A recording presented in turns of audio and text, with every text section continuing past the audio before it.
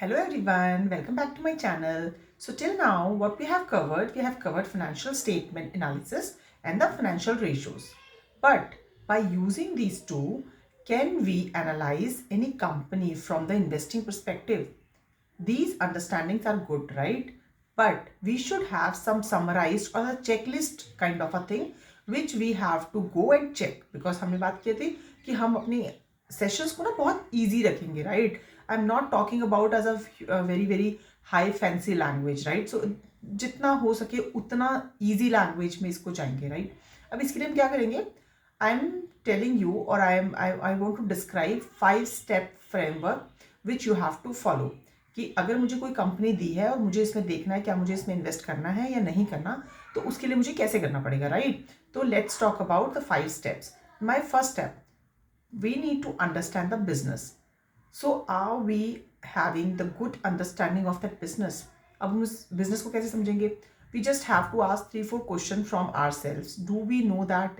अगर मुझे उसके answers मिल गए then it is good, it's easy, right? वो क्या हो सकते हैं भाई? What my company sells, मेरी कंपनी क्या सेल करती है? Who are their customers, कौन उसके कस्टमर है?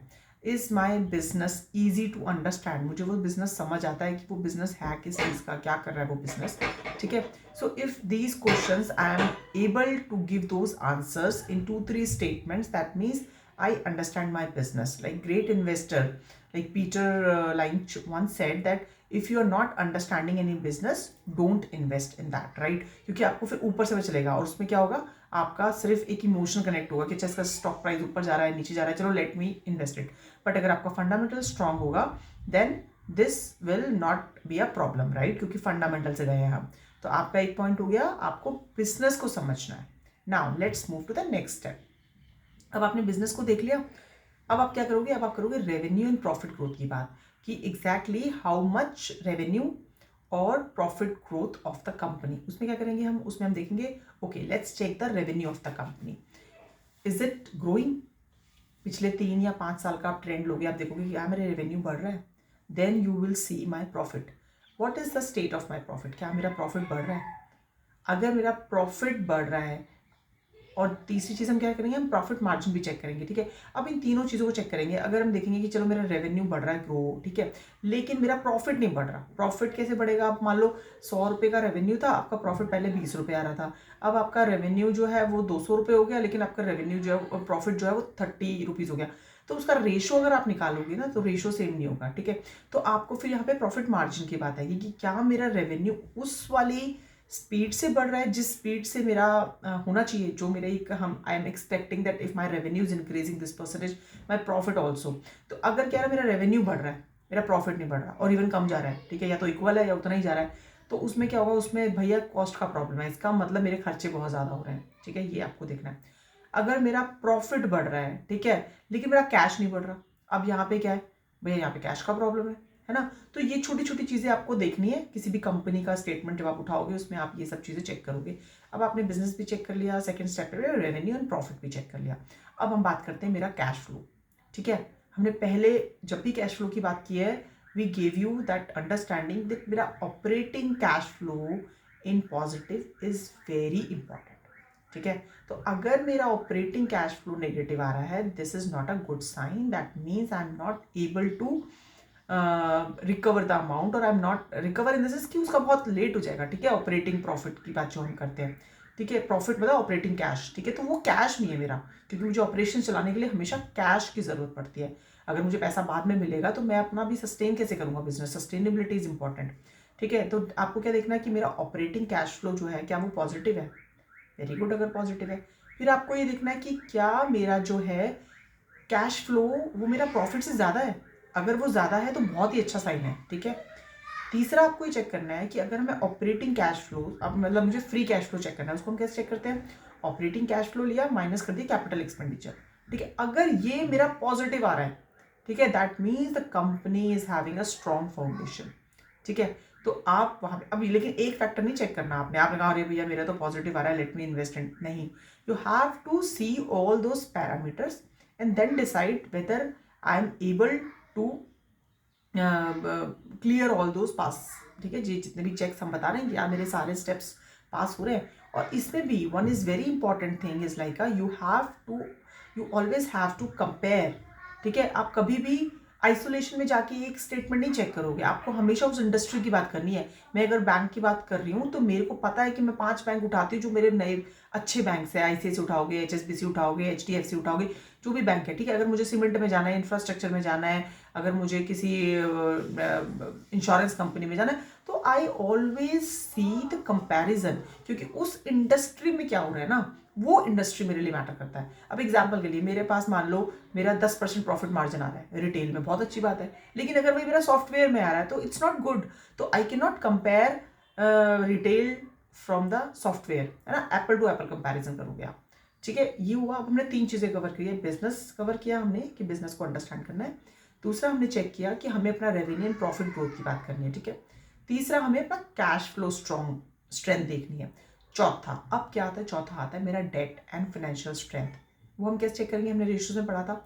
हमें अपना डेट टू इक्विटी रेशियो देखना है, हमें अपना इंटरेस्ट कवरेज रेशियो देखना है, और हमें अपना और कौन सा रेशियो होता है, करंट रेशियो, है ना, क्विक रेशियो। ये हमारी फाइनेंशियल स्ट्रेंथ बताता है।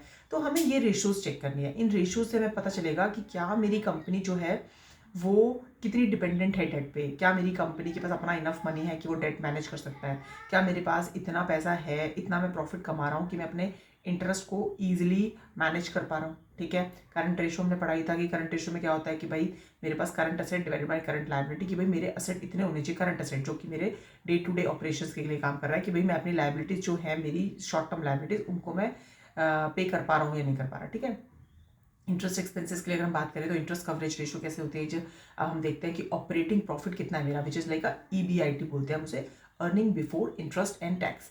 यानी कि मेरा जो भी प्रॉफिट आया उसमें अगर मैं इंटरेस्ट को एडजस्ट नहीं करता और मैं टैक्स को एडजस्ट नहीं करता, वो जो प्रॉफिट बचता है वो मेरा ऑपरेटिंग प्रॉफिट होता है। तो मैं देखता हूँ कि जो मेरा इंटरेस्ट का एक्सपेंसेस है कितना परसेंटेज कवर कर पा रहा है। एग्जाम्पल के लिए मैं देखूँ कि मेरा 100 रुपये का प्रॉफिट आ रहा है, ठीक है, और मेरा इंटरेस्ट एक्सपेंसेस 20 रुपये है।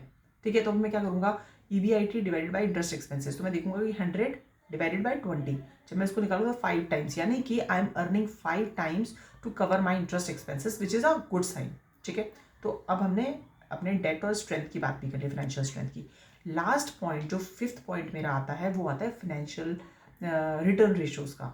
ठीक है, अब रिटर्न रेशियोज में क्या आता है, रिटर्न ऑन इक्विटी आता है, मार्जिन्स आते हैं, ग्रोथ आती है, रिटर्न ऑन कैपिटल एम्प्लॉयड आता है, जितनी भी हमने प्रॉफिट रिटर्न की बात की थी। ठीक है, कि वो क्या रिटर्न स्टेटस है। अगर 10-15% रिटर्न आ रहा है, ठीक है, तो आपको देखना पड़ेगा, कंपेयर करना पड़ेगा इंडस्ट्रीज के अंदर कि उस पर्टिकुलर इंडस्ट्री में मेरा हाईएस्ट रिटर्न कितना होना चाहिए, तभी तो अपनी कंपनी की स्टेबिलिटी की बात करेंगे। एंड ये सारे जो हम मेजरमेंट्स कर रहे हैं ना, it is always good that we do analysis for 3 to 5 years, right. एक सिंगल ईयर्स की बात करके हम ये नहीं कह सकते कि अच्छा इस साल मेरा प्रॉफिट जो है वो 20% आया, अरे पिछले साल कितना था, है ना, व्हाट इज़ माई फोरकास्ट। तो वो सब चीज़ें भी बहुत मैटर करती है। कई बार होता है कि आपने कोई बहुत ही बड़ा ऑर्डर पास कर लिया, लेकिन नेक्स्ट ईयर मेरा वो ऑर्डर नहीं आ रहा। ठीक है, तो आपको हमेशा स्ट्रैटेजी की बात करनी है। बट अगर हम बिगिनर्स की बात करें तो बिगिनर में हम अगर सीधा 3 साल का पीरियड उठाएंगे तो हम ये एक एवरेज परस्पेक्टिव देखेंगे कि भाई एवरेज मेरा कंपनी कितना ग्रो करता है, एवरेज की स्टेबिलिटी कितनी रहती है, एवरेज परस्पेक्टिव पे उसका क्या डेट का पोजीशन है। तो वो सब चीज़ें हम क्या करेंगे, इन 5 स्टेप्स को चेक कर लेंगे। I am repeating another, business, cash flow, revenue and growth, debt and financial strength, and the last one is a return. ठीक है, ये पांचों आपने जब चेक कर लिया, then you can make a decision whether this company is good to invest और not.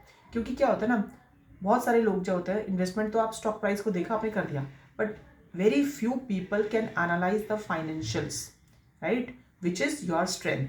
क्योंकि जब आप इन्वेस्टमेंट करते हो ना, तो आप जब फाइनेंशियल एनालिसिस की अंडरस्टैंडिंग के साथ इन्वेस्टमेंट करते हो ना, तो वो आपका आता है कॉन्फिडेंस कि यार मैंने कंपनी के फाइनेंशियल्स देखे हैं, they are fundamentally very strong, तो this will give me a result. ठीक है, अब आपका दोनों चीज़ें चल गया, स्टॉक प्राइस का तो आपने देख ही लिया क्या ट्रेंड चल रहा है, प्लस आपको एनालिसिस है कंपनी की फाइनेंशियल स्ट्रेंथ के बारे में, तो आपका दोनों चीज़ें हिट करा और आपने वो चीज़ें इन्वेस्ट की।